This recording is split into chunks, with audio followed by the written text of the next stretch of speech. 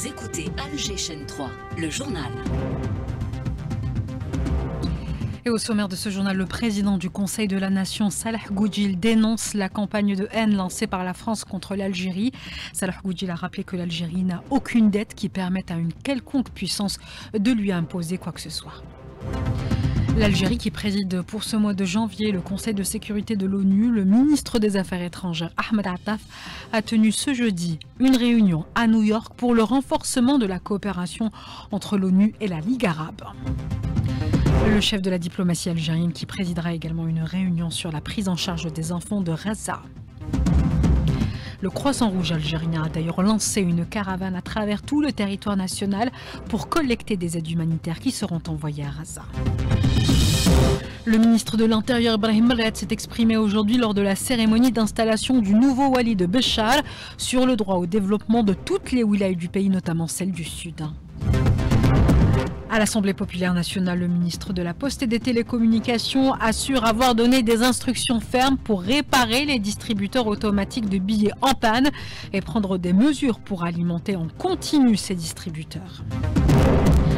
Toujours face aux députés, le ministre des Affaires religieuses et des Waqf, Youssef Belmehdi, annonce une amélioration des prestations au profit des hadjis algériens durant la prochaine saison du Hajj en matière d'hébergement et de transport.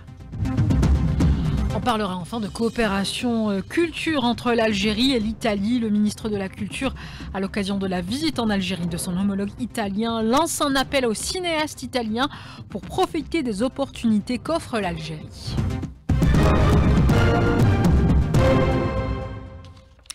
Mais avant de développer tous ces titres, à rappeler que le chef de l'État, le président de la République, a signé hier un décret présidentiel portant convocation du corps électoral pour le 9 mars en vue de renouveler par moitié les membres élus du Conseil de la Nation. À ce propos, l'autorité nationale indépendante des élections informe les élus locaux et candidats potentiels au poste de sénateur que le dépôt des formulaires débute aujourd'hui et s'étendra sur toute la semaine entre 8h et 16h.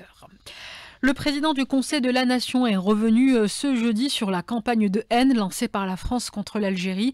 Salah Goudjil a rappelé que l'Algérie n'a aucune dette qui permette à une quelconque puissance de lui imposer quoi que ce soit. Je vous propose d'écouter le président du Conseil de la Nation. Comme l'a précisé le président de la République, nous n'avons aucune dette, donc personne ne peut rien nous imposer. Le chef de l'État a précisé que nous avons tous les moyens financiers pour faire face à tous les défis, car ce qui nous importe, c'est l'Algérie. On voit d'ailleurs les Algériens à l'étranger, comment ils dénoncent la campagne de haine contre l'Algérie. Ils sont nés à l'étranger, mais ils n'oublient pas leurs origines. Le président du Conseil de la Nation qui s'exprimait à l'occasion de l'adoption du texte de loi relatif à la gestion des déchets. À cette occasion, la ministre de l'Environnement, Nedjiba Djilali, a rappelé que les essais nucléaires français dans le Sahara algérien provoquent encore aujourd'hui des effets terribles. L'adoption de ce projet relatif à la gestion des déchets compte des dimensions qui dépassent les défis environnementaux actuels, des dimensions historiques qui relèvent du droit du peuple algérien. De ce fait, nous ne pouvons parler de gestion des déchets sans évoquer les conséquences catastrophiques des essais nucléaires de l'occupation française dans notre Sahara. En qualité d'envoyé spécial du président de la République, Abdelmadjid Tebboune, le ministre de la Communication a été reçu ce jeudi par le président de la République de Namibie. À cette occasion, le ministre de la Communication a remis au président namibien une lettre du président de la République, Abdelmadjid Tebboune, dans laquelle il lui fait part de sa volonté de renforcer les relations de coopération et de partenariat entre les deux pays. Réunion du Conseil de sécurité consacrée à la coopération entre la Ligue arabe et les Nations unies. Le ministre d'État, ministre des Affaires étrangères, Ahmed Attaf, a souligné lors de cette réunion qu'il a présidé la nécessité d'un partenariat qui réhabilite l'action diplomatique arabe et onusienne pour asseoir les fondements de la paix et de la sécurité dans toute la région arabe. Une action qui répond à plusieurs considérations, a précisé le ministre des Affaires étrangères.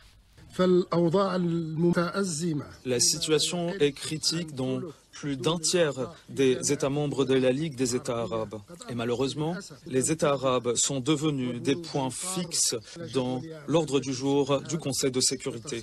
Du point de vue du droit, le chapitre 8 de la Charte des Nations Unies consacre, et de manière claire, le rôle des organisations régionales dans le règlement des conflits dans les zones géographiques où ces organisations opèrent. Et dernièrement, du point de vue de la logique des choses exige à notre organisation et à notre conseil à prendre en considération les recommandations formulées par ceux qui sont proches des lieux des conflits, par ceux qui comprennent le mieux les conflits et leur complexité.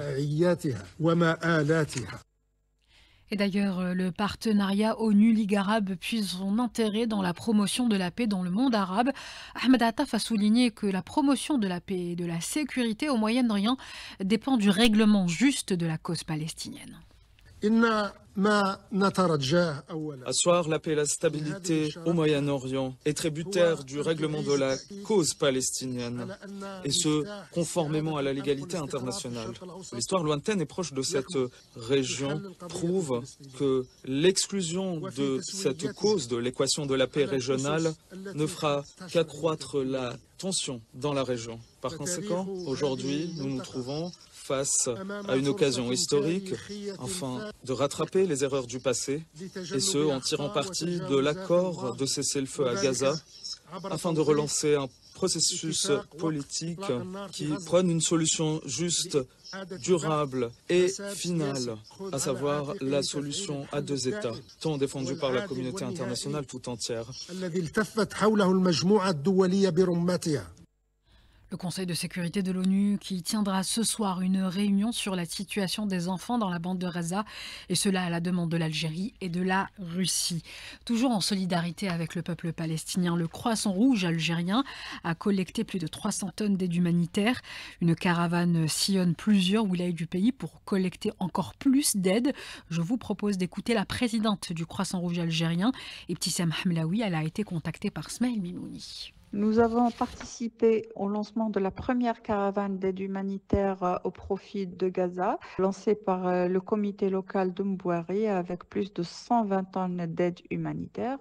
Et au final, nous sommes partis à Biskra où nous avons aussi inauguré le plus grand siège du Croissant Rouge algérien à l'Est, avec une capacité très importante, avec aussi des salles qui seront destinées à la prise en charge des enfants autistes et trisomiques, des chambres froides, de grands hangars de stockage et des salles pour la formation des secouristes, plus l'atelier à la commune d'Ourlel, qui a aussi fourni au Croissant Rouge algérien plus de 5000 gilets cette année et 3000 tabliers. Une fierté aussi pour le Croissant Rouge algérien, un atelier géré complètement par des femmes veuves divorcées qui ont pu vraiment faire leurs preuves et travailler pour la première fois de leur vie. 10 ateliers de couture sont en cours de réalisation au niveau de différentes wilayas pour l'année 2025.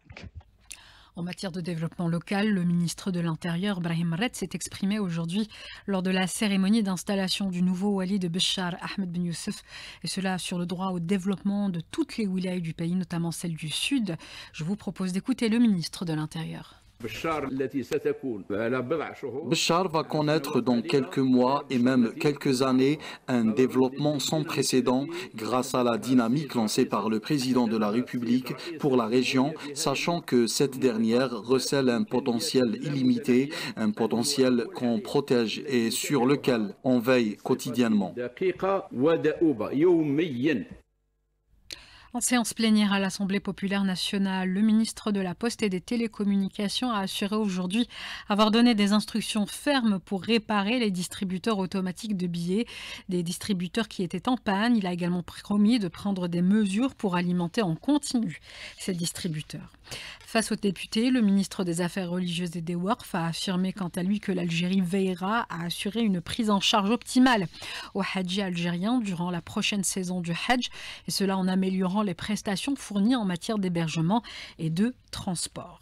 La commission éducation et enseignement supérieur à l'Assemblée populaire nationale s'est réunie ce jeudi avec l'association des parents d'élèves pour assurer les bonnes conditions d'études des élèves, surtout aux portes des examens du deuxième trimestre, et assurer leur stabilité et leur sécurité face aux dangers que représentent certains comptes sur les réseaux sociaux.